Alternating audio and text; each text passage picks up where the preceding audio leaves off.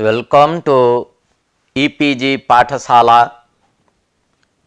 EPG पाठशाला पक्षतः सर्वेषां सर्वासां च कृते स्वागतं सुस्वागतं च व्याहरामि. अहं प्रोफेसर किशोरचंद्र पाढ़ी. इदं प्रथमं पत्रं. विषयः लघुशब्देन्दुशेखरः. लघुशब्देन्दुशेखरग्रन्थस्य संज्ञाप्रकरणस्य सूत्रद्वयं समाश्रित्य व्याख्यानम् अधुना प्रचलति. प्रथमं सूत्रं भवति उपदेशे अजनुनासिकयित्. द्वितीयं सूत्रं भवति ऊकालो अध्रस्व दीर्घप्लुतः इति.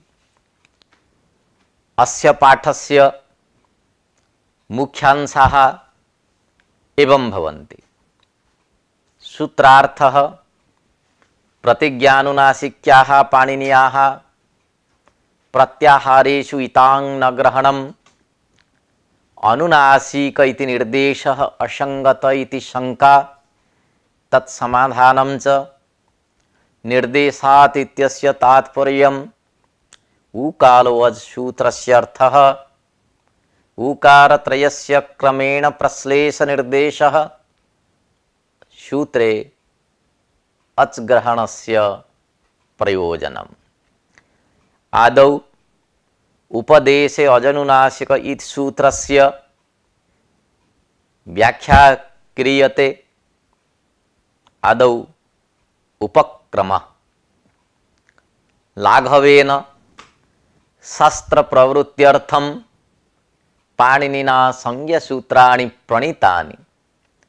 बह्व्युषु संज्ञासु इत्संज्ञा अन्यतमा भवति. इत्संज्ञा विधानाय पाणिनिना षट् सूत्राणि प्रणीतानि.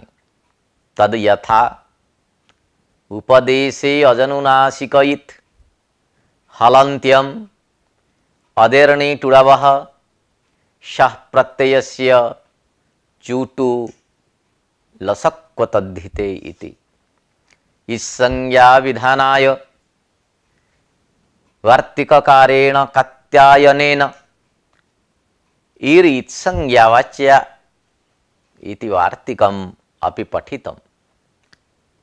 एरूपसंख्यानम् इति वार्तिकमिदं चुटुसूत्रस्य भाष्ये प्राप्यते. परन्तु वार्तिकमिदं भगवता पतञ्जलिना प्रत्याख्यातम्. यतो हि अस्य वार्तिकस्य प्रयोजनं नास्ति इति पतञ्जलिना प्रतिपादितम्. अन्त्यस्य हलवर्णस्य इत्संज्ञा विधानाय हलन्त्यम् इति सूत्रम् उपन्यस्तं पाणिनिना. अच् वर्णस्य अनुनासिकस्य संज्ञा विधानाय उपदेशे अजनुनासिक इति सूत्रं पठितं तेन. अच् वर्णः अन्ते भवतु अनन्ते वा इति नास्ति विचारः. आदिवर्णस्य संज्ञा विधानाय अवशिष्टानि चत्वारि सूत्राणि उपपादितानि पाणिनिना. अधुना सूत्रस्य अर्थः उपस्थाप्यते. अत्र सूत्रे चत्वारि पदानि सन्ति. उपदेशे सप्तम्यन्तम् अचिति प्रथमान्तं पदम्. अनुनासिकः प्रथमान्तं पदम्. ईतपि प्रथमान्तं पदम्. अत्र सूत्रे कस्यापि पदस्य अनुवर्तनं न भवति. इदं संज्ञासूत्रम्. अतः का संज्ञा कस् संज्ञी इति विचार्यमाणे उपदेशे अनुनासिकः अचिति संगे इति संज्ञा उपदेशे अनुनासिको वत्स इत्संज्ञा स्यातिति सूत्रार्थः प्रदर्शितः दीक्षितेन। अत्र सूत्रे अच् इति कुत्वाभावः आर्षः इति व्याख्याकारैः प्रतिपादितम्। तत्र प्रतिज्ञानुनासिक्याः पाणिनीयाः इति एका पंक्तिः अथवा एका फक्किका सिद्धान्तकौमुद्यां लिखितम् अस्ति। अस्य तात्पर्यम् उपस्थाप्यते। शास्त्रे अनुनासिकस्य उच्चारणचिह्नं नोपलभ्यते। अतः अनुनासिक ज्ञानं कथं स्यात् इति जिज्ञासायां प्रतिज्ञानुनासिक्याः पाणिनीयाः इति दीक्षितेन उक्तम्। अर्थात अनुनासिकत्व ज्ञानं पाणिनी शिष्य परंपराया इदानीन्तनानां जायते इति अस्याः पंक्तेः आशयः। प्रतिज्ञायते स्वीक्रियते इति प्रतिज्ञा।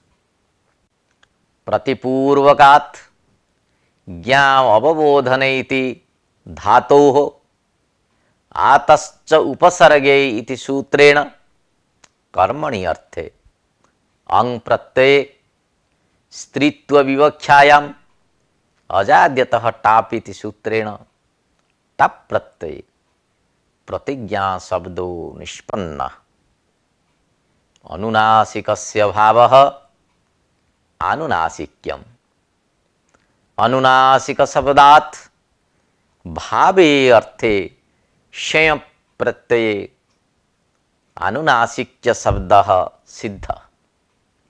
अनुनासिकस्य भावो व्यवहारो वा अनुनासिक्यम्। आनुनासिक्यं येषाम् इति विग्रहे बहुब्रीहि समासे प्रतिज्ञानुनासिक्याः इति पदं निष्पद्यते। पाणिनिना प्रोक्तम् अधीयते इति पाणिनीया, अर्थात पाणिनिना प्रोक्तम् पाणिनीयम् तत् अधीयते इति पाणिनीयाः, अर्थात व्याकरण अध्येतारः।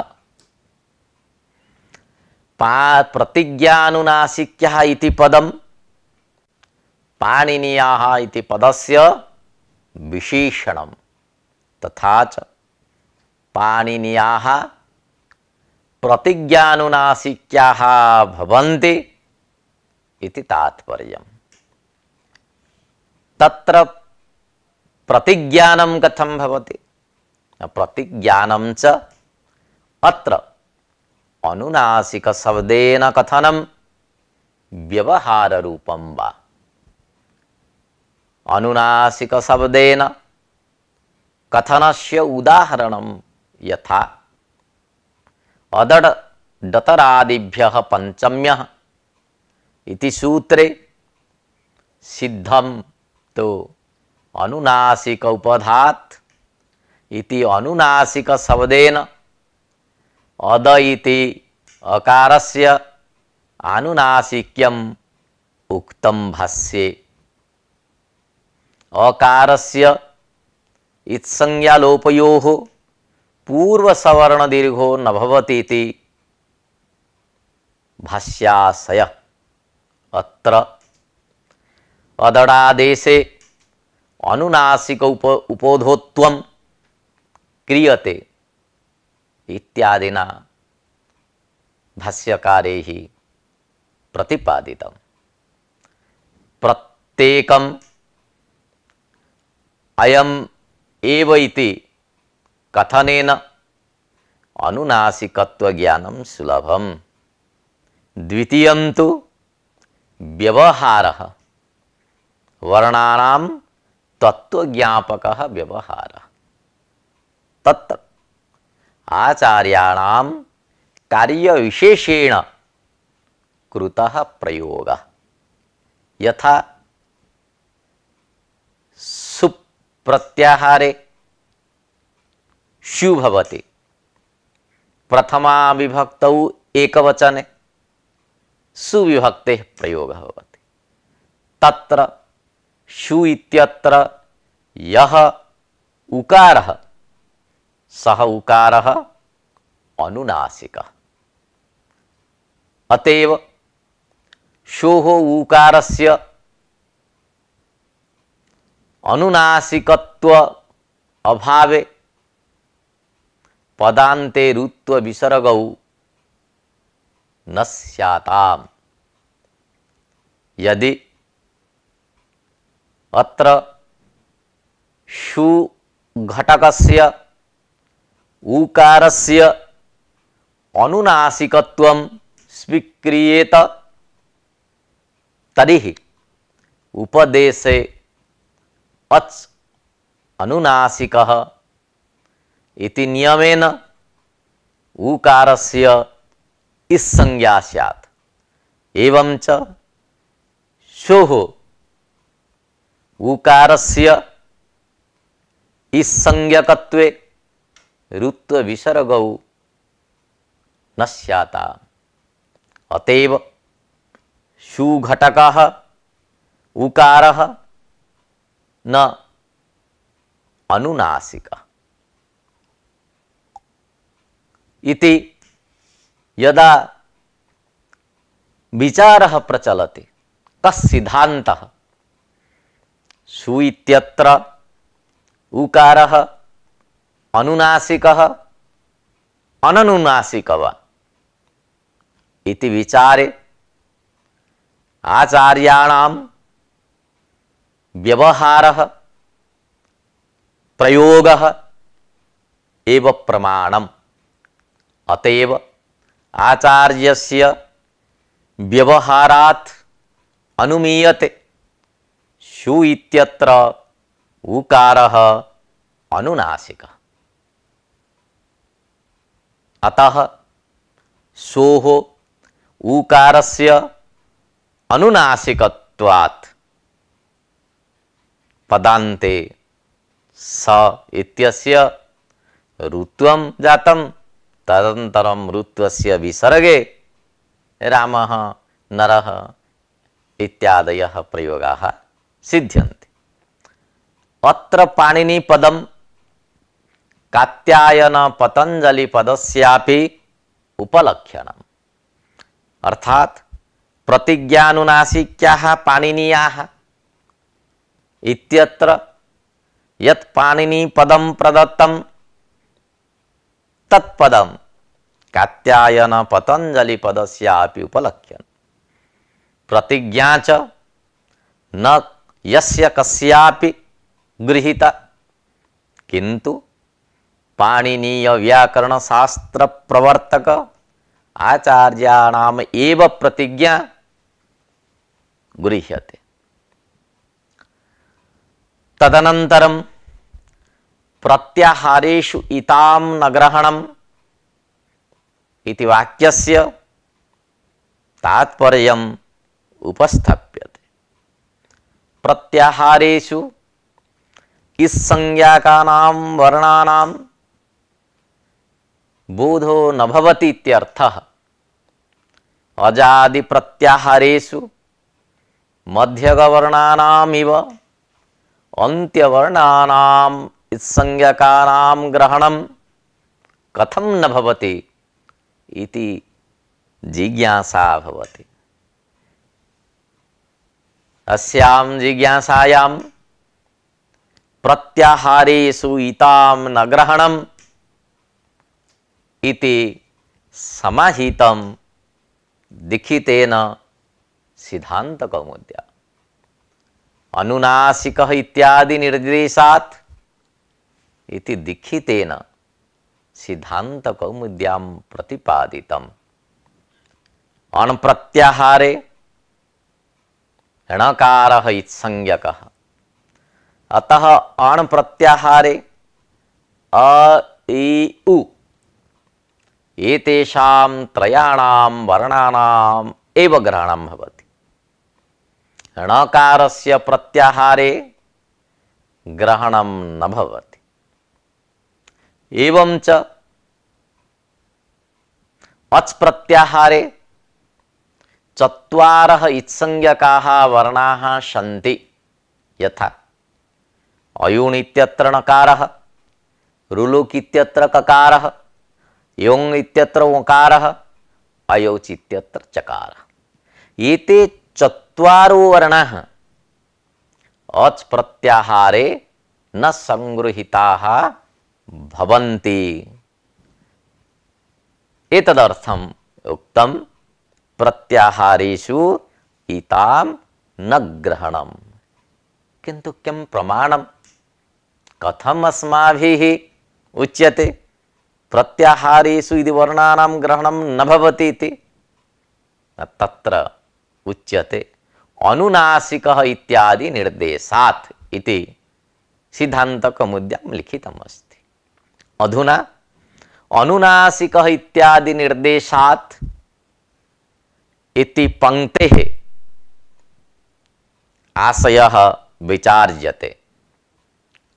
प्रत्याहारे इत्संज्ञक वर्णानां ग्रहणं न भवति इत्यत्र किं प्रमाणम् इति प्रश्ने अनुनासिक इत्यादि निर्देशात् इति समाहितं दीक्षितेन। मुख नासिका वचन अनुनासिक इति सूत्रे पठितम् अनुनासिकम् इति पदम् अत्रार्थे प्रमाणम्। यदि प्रत्याहारे इत्संज्ञक वर्णानां ग्रहणं स्यात् तदा अच् प्रत्याहारे रुलुक् सूत्रस्थस्य ककारस्यापि ग्रहणं स्यात्। तथा च ककारस्य अच्त्वात् अनुनासिक इत्यत्र सकारोत्तरवर्तिनः इकारस्य ककारे रूपे अच् परे यणादेशे अनुनास्यकः इति जाते लोपव्यर्वणि इति सूत्रेण यकारस्य लोपे अनुनास्कः इति स्यात्। किन्तु अत्र सूत्रे अनुनासिकः इति प्रयोगः कृतः, परन्तु पाणिनिना अनुनास्कः इति प्रयोगं विहाय अनुनासिकः इति प्रयोगः कृतः। तथा च सूत्रकृता पाणिनिना यणादेशो अत्र न कृतः। अतः अनुनासिक इति निर्देशात् इदं कल्प्यते यत् प्रत्याहारेषु इतां न ग्रहणम् इति।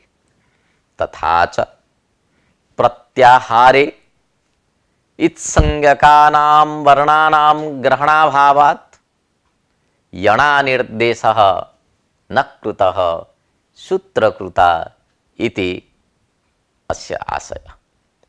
अतएव सिद्धान्तकौमुद्यां नहि अत्र ककारे परे अस्कार्यं दृश्यते इति लिखितम् अस्ति।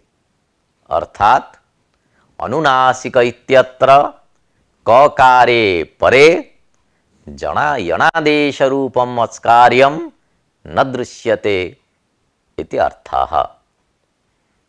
इत्थम् अनुनासिक इति निर्देशात् इति उक्त्वा प्रत्याहारेषु इतां न ग्रहणम् इति सिद्धान्तितम्। अधुना पुनः शंका उदेति यत् अनुनासिकः इत्यादि निर्देशः असंगतः इति शंका उत्थाप्यते। ककारस्य पूर्ववर्तिनः इकारस्य स्थाने सर्वत्र यणादेशे प्रत्ययस्थात् इति सूत्रेण ककारात् पूर्वस्य अकारस्य इत्वविधानं व्यर्थं स्यात्। सर्वत्र प्रत्ययस्थात् सूत्रेण अकारस्य इत्वे कृते ककारात् पूर्वस्य तस्य इत्वस्य यणादेशेन अपहारेण क्वचिदपि इकारो न श्रूयते। अतः इत्वविधानस्य अनर्थक्यं प्रसज्येत। अतः अनुनासिकः इति निर्देशः प्रत्याहारेषु इतां न ग्रहणम् अत्रार्थे प्रमाणं भवितुं नार्हति इति शंका आयाति। इत्वविधान सामर्थ्येन यणादेश अभाव कल्पनया दोषः नास्ति। अत्र समाधानं क्रियते। वस्तुतः इत्वविधान सामर्थ्यस्यापि प्रत्याहारेषु अनुबंध ग्रहण ज्ञापन द्वारेण एव यण अभाव कल्पन औचित्यातिति नागेशेन समाहितम्। अस्मिन् पक्षे साक्षात् यण विधायक सूत्रस्य बाधकल्पना भवति। एतद् अपेक्षया अनुबंधानां प्रत्याहारे ग्रहण अभावद्वारा यणः अभावकल्पनं युक्तं स्यात्। तथा च साक्षात् सूत्रबाध अभावेन इत्वविधान सामर्थ्यात् प्रत्याहारे इतां ग्रहणस्य अभाव ज्ञापनं युक्तम्। अस्मिन् कल्पे अच्त्व अभाव निबंधना यणः अभाव कल्पनं युक्तम्। तथा च साक्षात् सूत्रबाध अभावेन इत्वविधान सामर्थ्यात् प्रत्याहारे इतां ग्रहणस्य अभाव ज्ञापनं युक्तम्। एवं च अस्तु अभाव निबंधना यणः अप्राप्तिः इति साक्षात् सूत्रस्य बाधो न भवति इति नागेशः समाधत्ते। सिद्धान्तकौमुद्यां निर्देशात् इति यत् उक्तं तस्य तात्पर्यं विविच्यते। यदि इत्वविधान सामर्थ्यात् यण कार्यं न भवति इति कल्प्यते तदा सिद्धान्तकौमुद्यां इत्वविधान सामर्थ्यात् इति वक्तव्यम् आसीत्। एवं च निर्देशात् इति कथनं न युक्तम् इति शंका याति। वस्तुतः निर्देशस्य मूलभूतम् इत्वमेव। तस्य च इत्वस्य विधान सामर्थ्यात् अत्र निर्देशात् इत्यस्य तात्पर्यं न तु शाब्दिको अर्थः। प्रत्याहारेषु इताम् इति अनुपपन्नम् इति शंका उत्थाप्यते। प्रत्याहारे अनुबंधानां कथम अजग्रहणेषु न इति वार्तिके प्रत्याहार शब्दो वर्ण समम्नायस्य बोधकः। प्रत्याहार शब्देन चतुर्दश सूत्री रूपस्य वर्ण समम्नायस्य ग्रहणं भवति। तथा च प्रत्याहारेषु इतां न ग्रहणम् इत्यत्र प्रत्याहार शब्दः न अनादिबोधकः भवितुम् अर्हति। वर्ण समम्नाये तु इत्संज्ञकानां ग्रहणं भवति। अतः प्रत्याहारेषु इताम न ग्रहणम इत्यत्र प्रत्याहार शब्देन न तादृश्यस्य ग्रहणम इति शंका आगच्छति। अधुना समाधानं क्रियते। आदिरन्तेन सहेता सूत्रेण यस्य संज्ञा कृता तस्य प्रत्याहार शब्देन भाष्यवार्तिकादौ व्यवहारः कृतः। तदुक्तं दीक्षितेन सिद्धान्तकौमुद्याम् आदिरन्त्येन इत्यनेन सूत्रेण कृतः संज्ञाः प्रत्याहार शब्देन व्यवह्रियन्ते। प्रत्याह्रियन्ते संक्षिप्यन्ते वर्णाः यत्र इति व्युत्पत्त्यनुसारेण आदिरन्तेन इति सूत्रेण बोधितायाम् अनादिसंज्ञायां प्रत्याहार शब्दस्य व्यवहारः इष्टः। प्रत्याहारार्थं वर्णसमाम्नायः। प्रत्याहार पदस्य ईदृशार्थकत्वे वर्णसमाम्नाये प्रत्याहार व्यवहारः कथमिति जिज्ञासायां तादर्थ्यात् तत्शब्दम् इति नागेशेन समाहितम्। अर्थात यो हि यस्य अर्थः योपि तत्शब्देन व्यवह्रियते। उदाहरणं यथा जलापेक्षणे वृष्टौ सत्यां कश्चिदाह देवः अन्नं वर्षतीति। वृष्ट्या अन्नाधिक्यं स्यातीति अन्नार्थत्वात् वृष्टेः तत्र आरोप्य अन्नपदस्य प्रयोगो दृश्यते। तथैव प्रत्याहारार्थो वर्णसमाम्नाय इति प्रत्याहार शब्द प्रयोगः युक्तः। इत्थम् उपदेशे अजनुनासिक इति सूत्रस्य व्याख्यानं संपन्नम्। अधुना पाठ्यांशः आलोच्यते। उपदेशे अजनुनासिक इति इत्संज्ञा विधायकं सूत्रम् अनुनासिकत्व ज्ञानं पाणिनि शिष्य परंपरया जायते। प्रतिज्ञानुनासिक्यः पाणिनीयाः इति दीक्षितेन उक्तम्।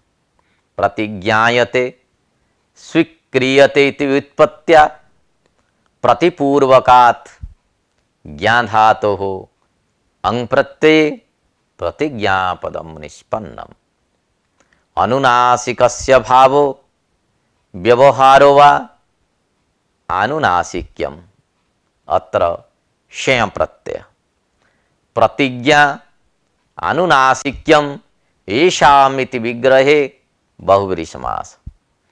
प्रतिज्ञा आनुनासिक्यम् येषामिति विग्रहे बहुव्रीहि समासः। प्रतिज्ञानं च अत्र अनुनासिक शब्देन कथनं व्यवहार रूपं वा। प्रतिज्ञा च न यस्य कस्यापि अपितु पाणिनीय व्याकरण शास्त्र प्रवर्तक आचार्याणामेव। अनुनासिक इत्यादि निर्देशात् प्रत्याहारेषु इतां ग्रहणं न भवति। प्रत्ययस्थात् सूत्रे इत्व विधान सामर्थ्यात् अपि प्रत्याहारेषु इतां न ग्रहणम्। प्रत्याहारार्थं वर्णसमाम्नाय एवं च आदिरन्त्येन सूत्रेण कृताः संज्ञाः प्रत्याहार शब्देन व्यवह्रियन्ते। अधुना ऊकालो अज् ह्रस्व दीर्घः प्लुतः इति सूत्रस्य व्याख्यानं क्रियते। आदौ उपक्रमः। अकारात् आरभ्य औकारं यावत् सर्वेपि वर्णाः स्वराः उभवल्लेव। यथा सिद्धान्तकौमुद्यां अचः स्वराः इति उक्त। व्यंजन अनपेक्षया उदात्तादि द्वारा स्वयं राजन्ते इति व्युत्पत्त्या अकारादयः एव विस्तृतः स्वराः भवन्ति। स्वर्यन्ते शब्द्यन्ते इति स्वराः श्रु शब्द उपात्तयोरिति धातु निष्पन्नो अयम्। तेन स्वराणां स्पष्ट उच्चारणत्वं सिद्ध्यति। स्वरवर्णाः अनेक प्रकाराः इति व्याकरणात् ज्ञायते।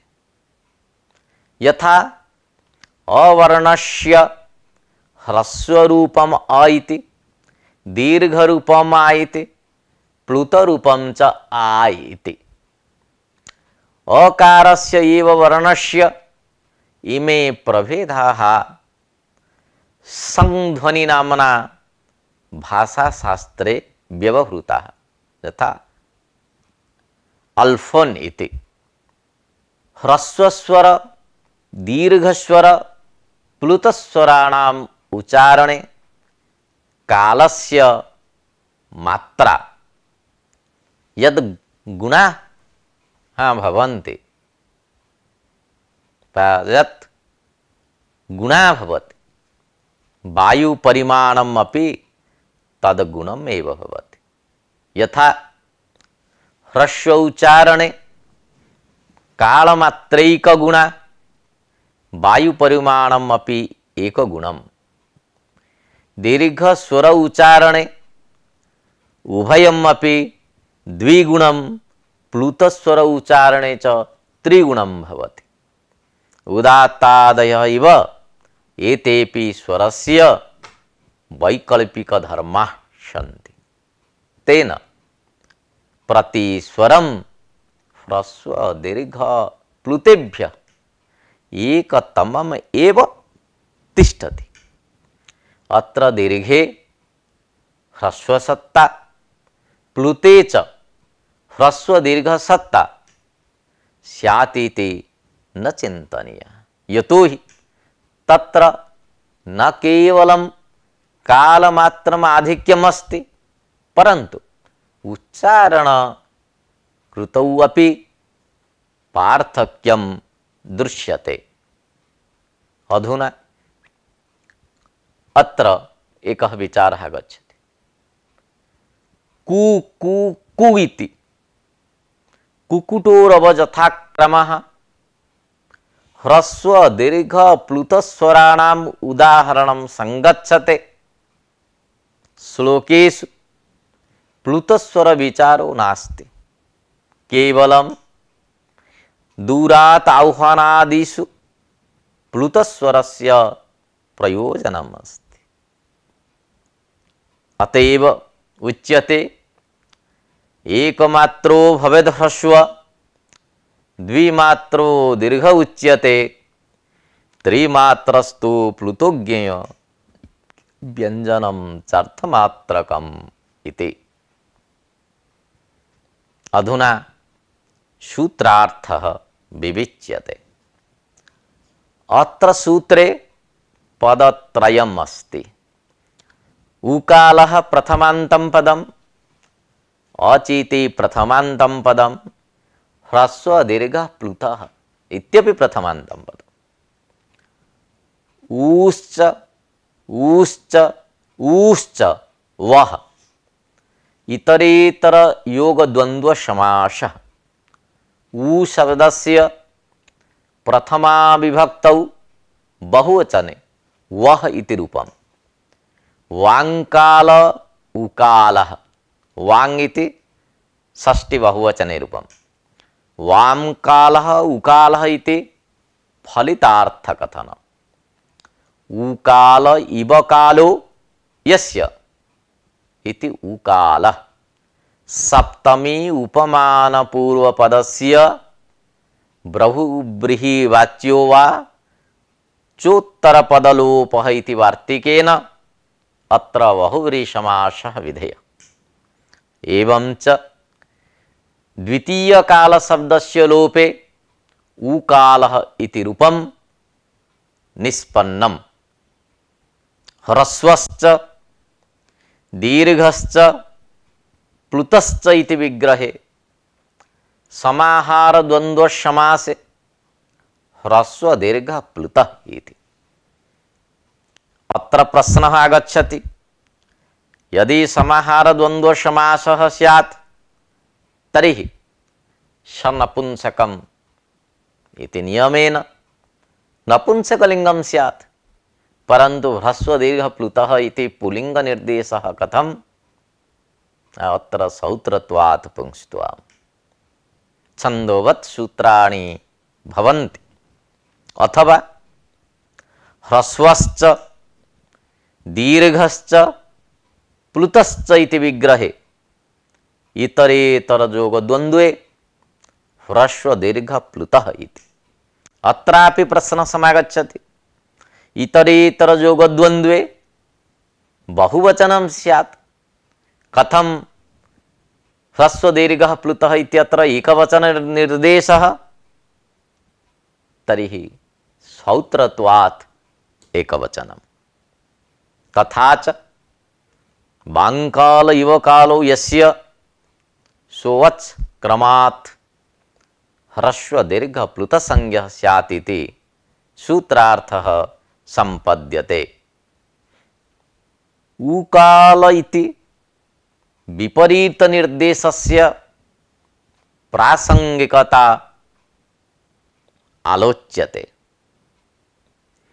अयोन् इति माहेश्वर सूत्रे लोके च अकारस्य प्राथम्येन व्यवहारो दृश्यते।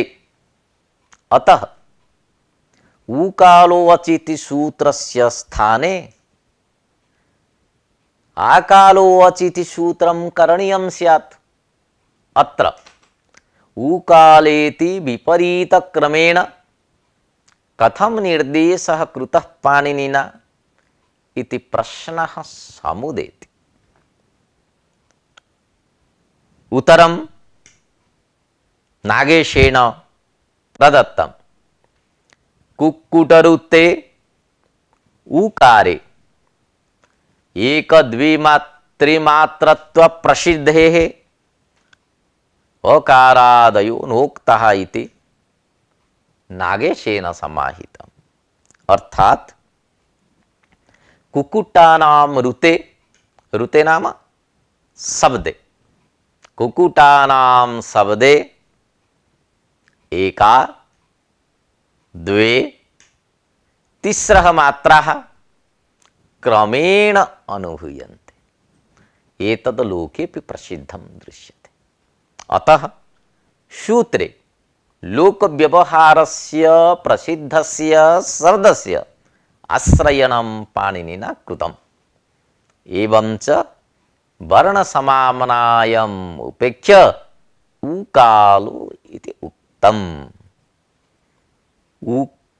उ इत्यत्र उकारत्रयस्य क्रमेण प्रश्लेष निर्देशः इति टीकाकारैः उक्तम्। सिद्धान्तकौमुद्यां शेखरे अपि आलोच्यते। अधुना उकारत्रयस्य क्रमेण प्रश्लेष निर्देशः इति विषये विचारः उपस्थाप्यते। उकाल इत्यत्र पूर्वम् एकमात्रस्य, ततो द्विमात्रस्य, ततः त्रिमात्रस्य इति क्रमेण प्रश्लेषेण निर्देशः कृतः, न भिन्न क्रमेण। अत्र विषये किं प्रमाणं? व्याख्यानमेव प्रमाणम् इति नागेशेन उक्तम्। यदि आदौ प्लुतस्य उकारस्य प्रश्लेषः स्यात् तदा तस्य ह्रस्व संज्ञा स्यात्, यतः क्रमेण आदौ ह्रस्व संज्ञा विधीयते। तथा च विभाषा पृष्ठवचने हेः इति सूत्रेण हेः प्लुत विधानेपि उ इत्यस्य ह्रस्व संज्ञा विधानेन ह्रस्वः इकारः निष्पन्नः। अतः प्लुत विधानं व्यर्थं स्यात्। एवंच ह्रस्व उकारात् प्राक् दीर्घस्य उकारस्य पाठे अतो दीर्घ व्यञ् इति सूत्रं व्यर्थं स्यात्। अस्मिन् प्रश्लेषक्रमे ह्रस्वस्य उकारस्य दीर्घसंज्ञा स्यात्। अत्र दीर्घपदेन ह्रस्वस्य एव विधाने तादृशः अकारः भवामि इत्यादौ दीर्घात् पूर्वम् अपि अस्ति। अतः दीर्घविधानं निष्फलम्। दीर्घस्य उकारस्य न पूर्वं प्रश्लेषः इति एवं प्रकारेण व्याख्यानं कर्तव्यम्। वस्तुतः अत्र सूत्रे उकारत्रयस्य प्रश्लेषेण निर्देशे व्याख्यानं प्रमाणम् इति शेखरे प्रतिपादितम्। व्याख्यानं च ह्रस्व दीर्घ प्लुत संज्ञा त्रय विधान रूपम्।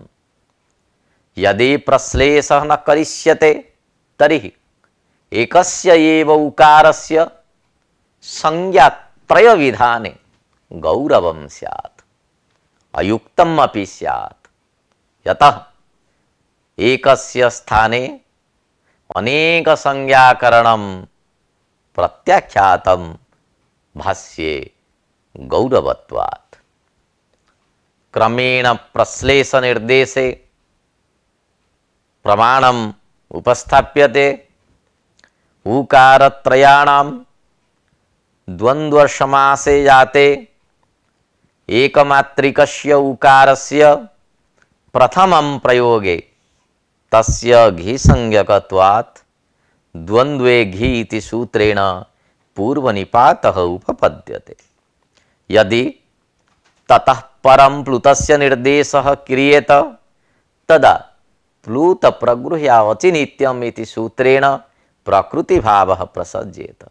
यतः उ इत्यत्र उ इति अचि परस्मिन् वर्तते। अतः क्रमेण प्रश्लेषः कृतः। तथा च सिद्धान्तकौमुद्याम् उक्तम् ऊश्च ऊश्च ऊश्च वः इति। ऊपदेन स्व उच्चारण काल सदृशे लक्षण इत्यस्मिन् विषये आलोच्यते। अत्र ऊपदेन स्वोच्चारण काल सदृशो लक्षणया बोध्यते। अर्थात उ शब्दः उकार उच्चारण काल सदृशे लाक्षणिक। द्विमात्रा विशिष्टः उ शब्दः उकारोच्चारण काल सदृशो लाक्षणिकः। एवं च त्रिमात्र विशिष्टः उ शब्दः उकारोच्चारण काल सदृशे लाक्षणिकः।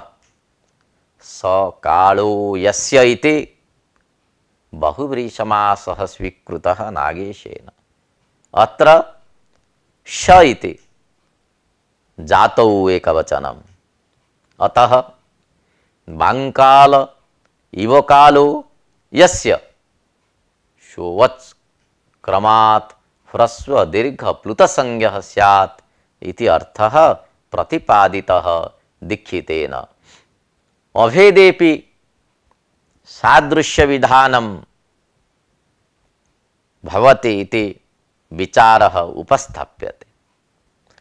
स्वेन स्वस्य एव सादृश्यं न संभवति। अतः उकारोच्चारण काल सदृशस्य उकार उच्चारण काल सदृशः कालः नास्ति इति शंका जायते। वस्तुतः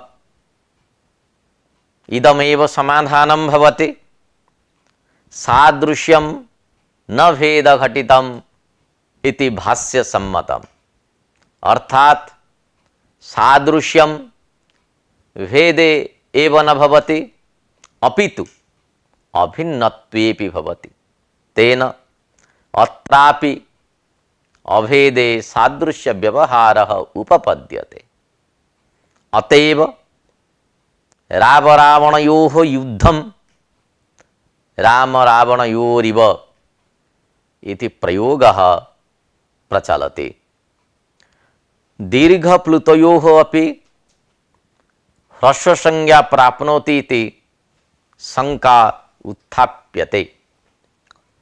उकारोच्चारणकाल सदृशकालः इति प्रथमवाक्यघटकस्य उकारस्य अणत्वात् अणुदीत् सवर्णस्य चा प्रत्यय इति सूत्रेण उकारः सवर्णस्य बोधकः भवति। तेन उ शब्देन दीर्घप्लुतयोरपि ग्रहणं स्यात्। अतः उकार ऊकारयोः दीर्घप्लुतयोः ह्रस्वसंज्ञा प्राप्नोति। यदि द्विमात्र विशिष्टस्य अचः ह्रस्वसंज्ञा स्यात् तदा प्र दा ल्यप् प्र लू ल्यप् इत्यत्र ह्रस्वस्य पिति कृति तुक् इति सूत्रेण ह्रस्वत्व निबंधनः तुक् स्यात्। एवं च प्रदाय प्रलूय इति रूपं न सिद्ध्यति इति दोषः आगच्छति। द्वितीय वाक्यादौ तु दीर्घ उकारस्य प्लुतस्य उकारस्य च अणुत्वाभावात् वर्ण समाम्नाये पाठाभावेन अणुदित सूत्रं न प्रवर्तते। अतः सवर्ण ग्रहणं न प्रसज्यते। अत्र समाधानं क्रियते। ऊ शब्दे अच्त्वं नियतमेव। अतः प्राकृते ऊ रूपो जह अच् इति एवं अन्वये अचः विशेषणतया उपादानं व्यर्थम्।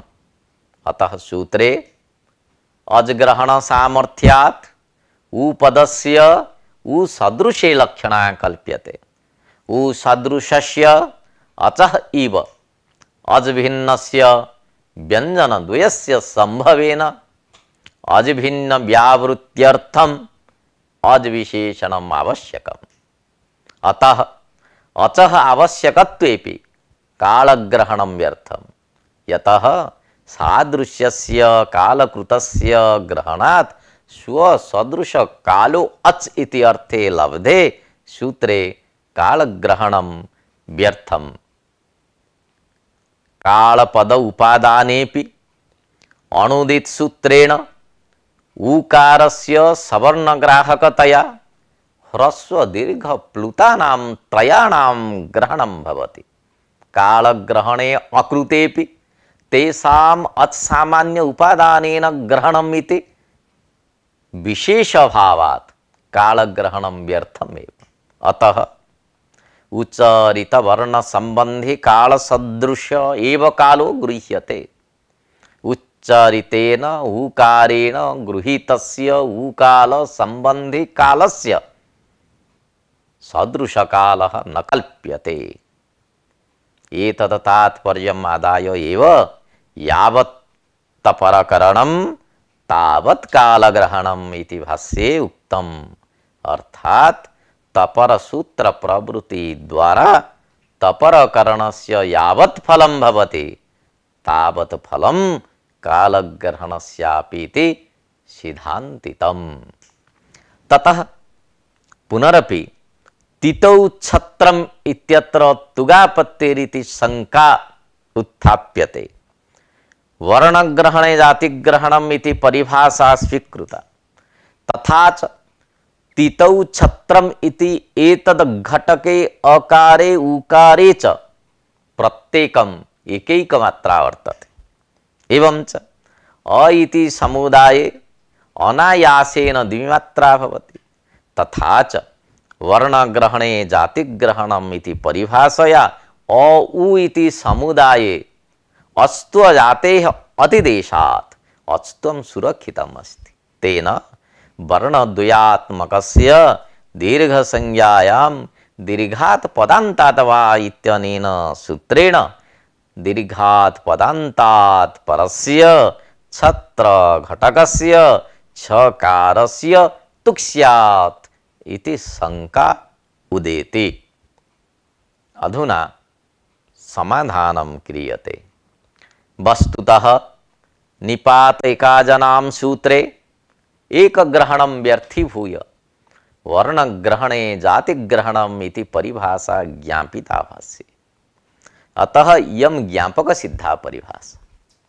अतः ज्ञापकसिद्धं न सर्वत्र इति परिभाषया वर्णग्रहणे जातिग्रहणम् इति परिभाषा न सर्वत्रिकी। तथा च अस्याः परिभाषायाः प्रवृत्तौ औ इति वर्णद्वयात्मक समुदाये अस्त्वाभावात् दीर्घसंज्ञा न प्राप्नोति। एवं च तुकापत्ति शंकापि नास्त्येव। द्वितीय समाधानमपि नागेशेन प्रदत्तं यत् अंतरंगत्वेन ह्रस्वत्व निमित्त नित्य तुकः एव प्राप्तेश्च इति। अर्थात तितौ घटकम औ इति एतत् निमित्तमाश्रित्य पदान्ताद् वा इति सूत्रं प्रवर्तते। एवं च केवलम् ऊकारमात्रम् आश्रित्य छेच इति सूत्रं प्रवर्तते। एवं च तदन्तर्भूत निमित्तकत्वात् छेच इति सूत्रम् अंतरंगम, पदान्तात् वा इति सूत्रं बहिरंगम। अतः अंतरंगत्वात् छेच इति सूत्रेण नित्यतुकः एव प्रवृत्ति भवति इति नागेशस्य आशयः। अत्र सूत्रे अच ग्रहणस्य फलं विवेच्यते। सूत्रे अच ग्रहणस्य प्रयोजनं भवति प्रत्यक्ष इति रूपसिद्धि। अत्र तुकागमस्य व्यावृत्तिः अच ग्रहणस्य फलम्। क श अनयोः संयोगेन क्ष इति भवति। अतः व्यञ्जनद्वयस्य उच्चारणेन क्ष इति संयुक्ताक्षरस्य मात्राकालिकत्वं संजातं। तेन ह्रस्वसंज्ञायां ह्रस्वस्य पिति कृति तुक् इति सूत्रेण तुक् प्राप्नोति।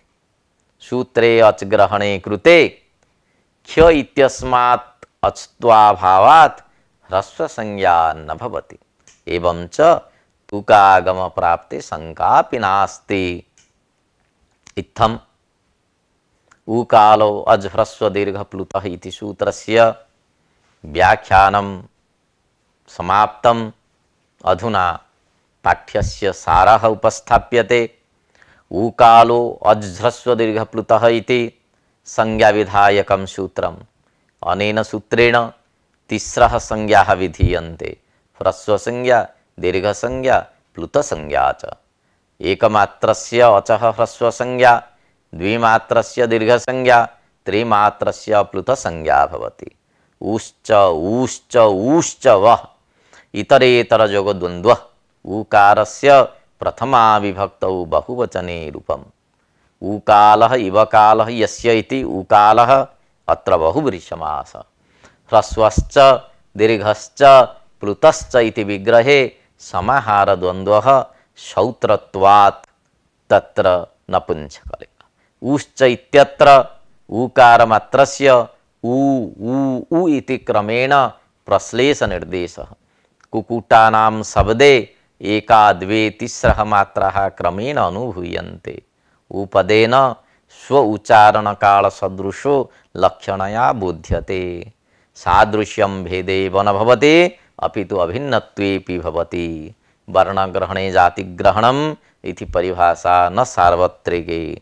सूत्रे अजग्रहणस्य प्रयोजनं भवति प्रत्यक्ष इत्यत्र तुकः व्यावृत्तिः।